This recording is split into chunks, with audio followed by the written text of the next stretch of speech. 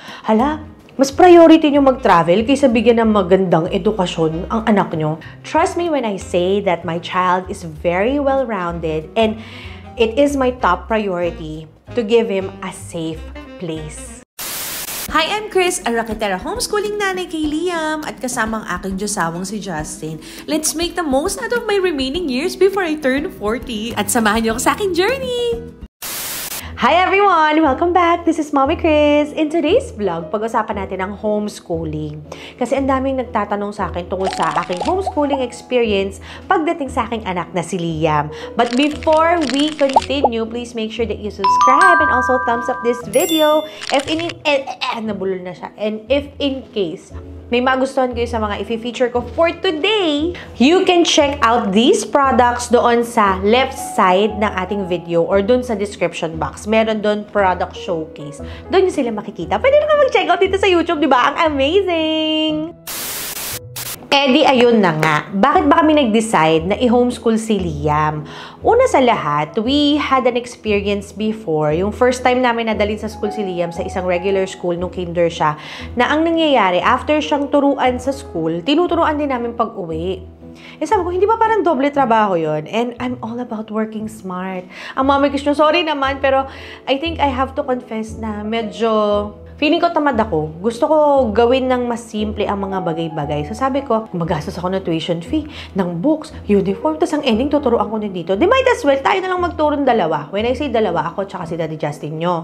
Pagkatapos, dagdag mo pa doon na mahilig kami mag-travel. Halata naman pag binalikan niyo yung mga ibang YouTube vlogs natin, marami tayong mga travel vlogs. Eh, nung nagtanong ako dun sa school, nung kinder pa si Liam, okay pa yung setup na kapag medyo nag-absent ng 1 week or 2 weeks, nakakahabol siya. Pero nung nagtanong ako nung grade school na, kung okay pa rin ba na mag-absent. Diba sa lahat ay tatanong na magulang, okay lang ba mag-absent yung anak ko? Hindi yung kasi sinasabi ko kasi minsan may mga trabaho abroad or may travels kami as a family, ganyan. Sinabi nila na medyo maaapektuhan nga daw yung grade. And yung grades din ni Liam, nung nasa kinder siya, though hindi naman siya numbers, lahat parang needs improvement, needs ganito, needs ganyan. Parang hindi ko matanggap kasi alam ko na matalino yung anak ko. Tapos pag nakikita ko na dito sa skill na to, needs improvement, all because of his absences. So may magtatanong na naman dyan. Lagi ako nakakakuha ng hate comment na ganyan na parang, hala, mas priority nyo mag-travel kaysa bigyan ng magandang edukasyon ang anak nyo. Sino ba nagsabi na pangit ang pag-homeschool? Diba? Ayun na nga. Nagtaray na naman ang mami Kish nyo doon. So, everything that I will be sharing with you, yung mga opinion ko, ito ay base lamang sa aming lifestyle, sa kung ano yung kaya namin ma-afford, sa ano pa ba, sa base sa preference namin, and sa parenting style namin. Hindi ko kayo pinipilit, Kaya kung hindi naman akma sa inyo yung mapag-uusapan natin, huwag na naman ako i-hate sa comments. Pero if you feel like sharing na kayo din, homeschooler kayo, or if you feel like sharing yung benefits din ng mga bata na lumaki sa regular school or sa traditional school, feel free to type all of your opinions din at saka mga suggestion nyo dun sa comment section. Edi ayun na nga. Isa-isahin natin ang mga dahilan. Bakit ba gusto ni Mami Chris na mag-homeschooling? Number 1. Okay? Personalize yung learning. And alam nyo ba, tuwan-tuwa ako sa mga clay kasi every time gumagamit kami ng clay biruin mo, nagki-clay kami sa English class or minsan mas madalas ko pala ito nagagamit sa science class. Kasi it cultivates creativity. Tsaka ayoko lang din naman na traditional na nasa blackboard, susulat mo sa notebook, sa ganyan, yung ganito. Gusto ko yung medyo may nakahawakan si Liam, nakakapag-create siya. So, feeling ko, mas personalized yung learning approach now that we are homeschooling Liam. Dahil personalized din yung aming learning setup, mas nakakapag-focus ako at saka si Liam sa mga interest niya. Okay, halimbawa, ngayon nagugustuhan niya mag-aral ng foreign language. I-share ko nga sa inyo kung kamusta yung routine namin. Sa umaga to kapag kami ay papasok sa eskwela. So right now, we're having our first class of the day, which is Mandarin. Foreign language yung unang inaaral ni Liam. So sinuotan ko lang muna siya ng headset para makapag-chika ako ng konti sa inyo. We usually do this together para pati ako nakakalibre na rin sa foreign language class ni teacher. So meron kaming nahanap sa SOCMED na teacher ng Mandarin. Yun yung aming kausap ngayon. Jiao, repeat. 香蕉 Bilang nga tayo. You show me your hands. 1、2、3、4、5、6、7、8、9、10。 Bakit ibang kulay ng bread? Milk What about banana? Banana is? is 香蕉。香蕉香蕉。哦，我要喝果汁。还有甜母奶 Okay, good. What does it mean in English? I want to drink juice and also want to drink milk. Nice one! High five! Yay! Ano daw meron? Yunay? Ay, nawala! 有什么？ Nawala. 有 Pinko. Han. Ayan. 还有 Kaya naman ito, napakagulo. So, after yung Mandarin class ni Liam, usually, recess kagad. And then, dito tayo sa kitchen. Ang request ni Liam ngayon ay pingko. So, apples and... Liam, what is milk again? I forgot. What is milk in Mandarin? Yunay. Yun ang gusto niya. Very quick and easy breakfast. I love it. So, after nitong recess ni Liam, siya. Ready na siya for English class. So, ayun. I'll see you in a bit. Recess is ready. Here you go, sir. What do you say? Thank you. You're welcome. After ng class ni Mami Chris, turn ko naman. Ako naman yung magtuturo ng math para kay Liam. So, ngayon, ang kanyang lesson is place value. So, sa number na to, sa 231, alin ang tens dyan? Oh. Ano yung mas mataas sa tens? So, yan yung alin dyan ng tens? 231. Okay. Alam mo ba, ano ang kasunod ng hundreds? Thousands. Place value yun. Third from the right. Oh, ito yung right. Ano yung third dyan? Hundreds. O diba, mas nakakapag-explore yung bata sa mga bagay na interesado siya.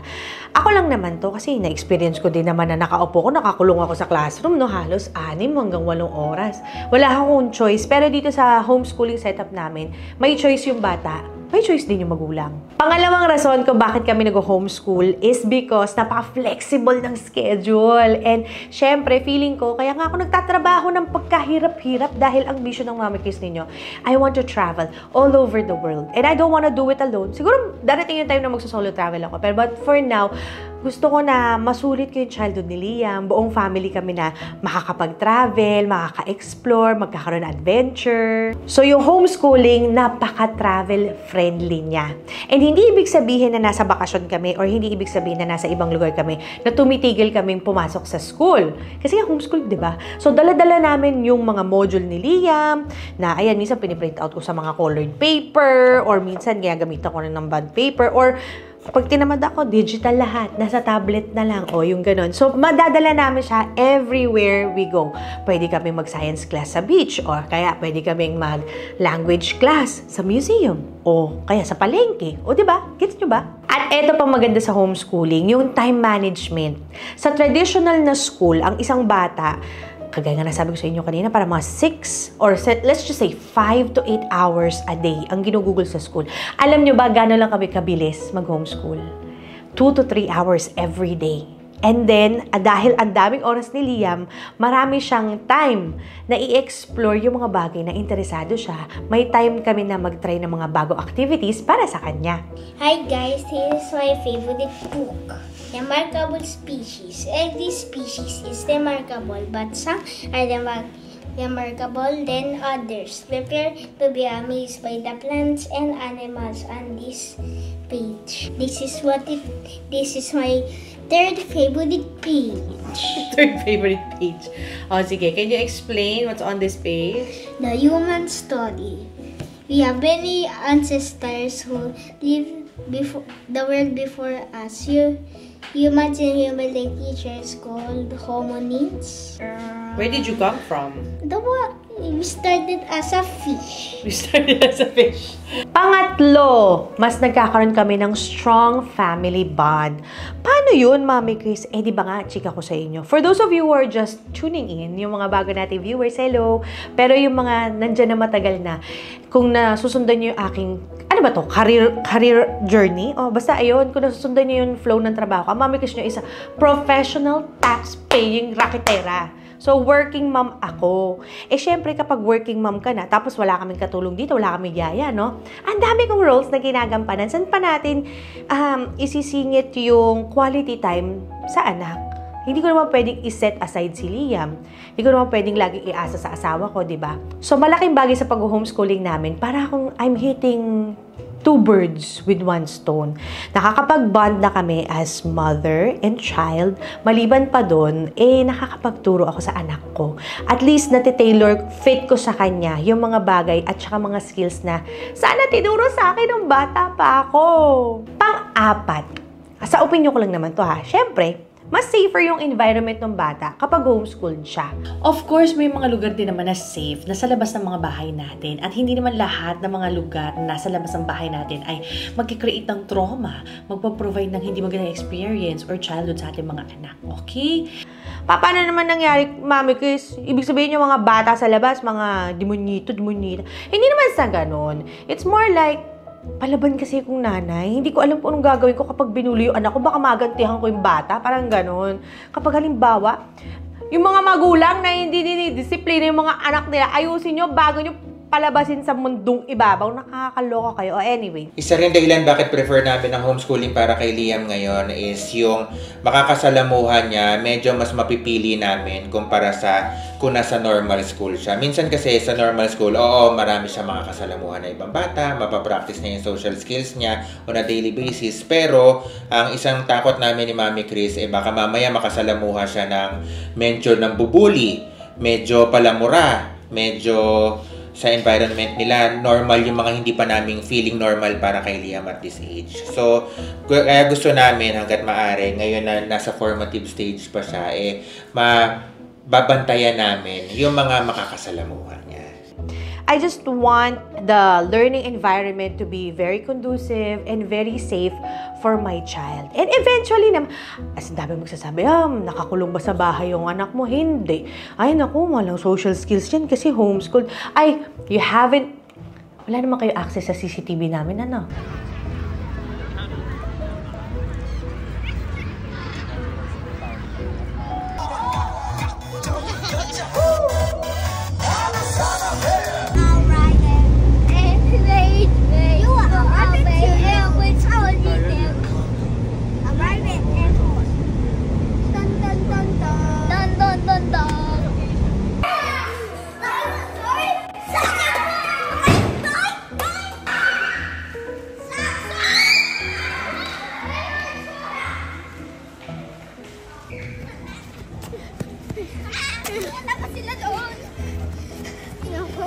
Defensive nitong vlog na to.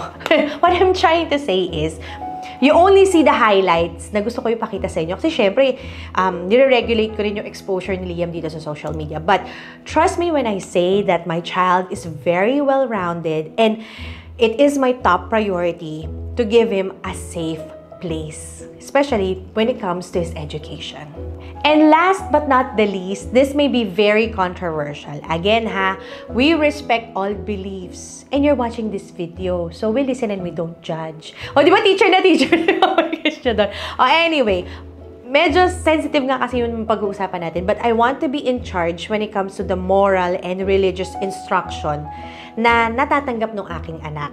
Kaya rin namin gusto yung homeschooling, bukod sa yung schedule nga ay maganda, yung mga principles na pwedeng maibigay kay Liam ay mas control namin. Kasi minsan, ang takot namin ni Mami Chris ninyo ay baka may mga agendas na ma-push kay Liam na hindi pa naman siya handa na maituro ngayon. So, medyo wala kaming control pag ganun. So, sa homeschooling, dahil kami din yung teachers, medyo agree kami ni Mami Chris ano yung mga ituturo na mga bagay kay Liam. Kaya, siguro may mga topics na hindi pa siya ready at his age, hindi na muna yun na maituturo namin. So kami mas malaking factor na makakaalam kung kailan siya ituturo o hindi. Grabe yung hingang malalim ko. Iniisip ko yung right words to say without offending other parents kasi alam ko rin naman na may mga ibang parents na, kumbaga yung mga modern parents na ikukumpara sa amin ha. Pero it's as simple as I want my child to understand the basics first. Pinapaunawa ko lang sa kanya na importante na we show respect. Now, we do not discriminate. Pero, yung mga topics pa na beyond that, para sa level of maturity ng bata, parang eventually may expose naman siya doon. Eventually, matututunan niya rin yun.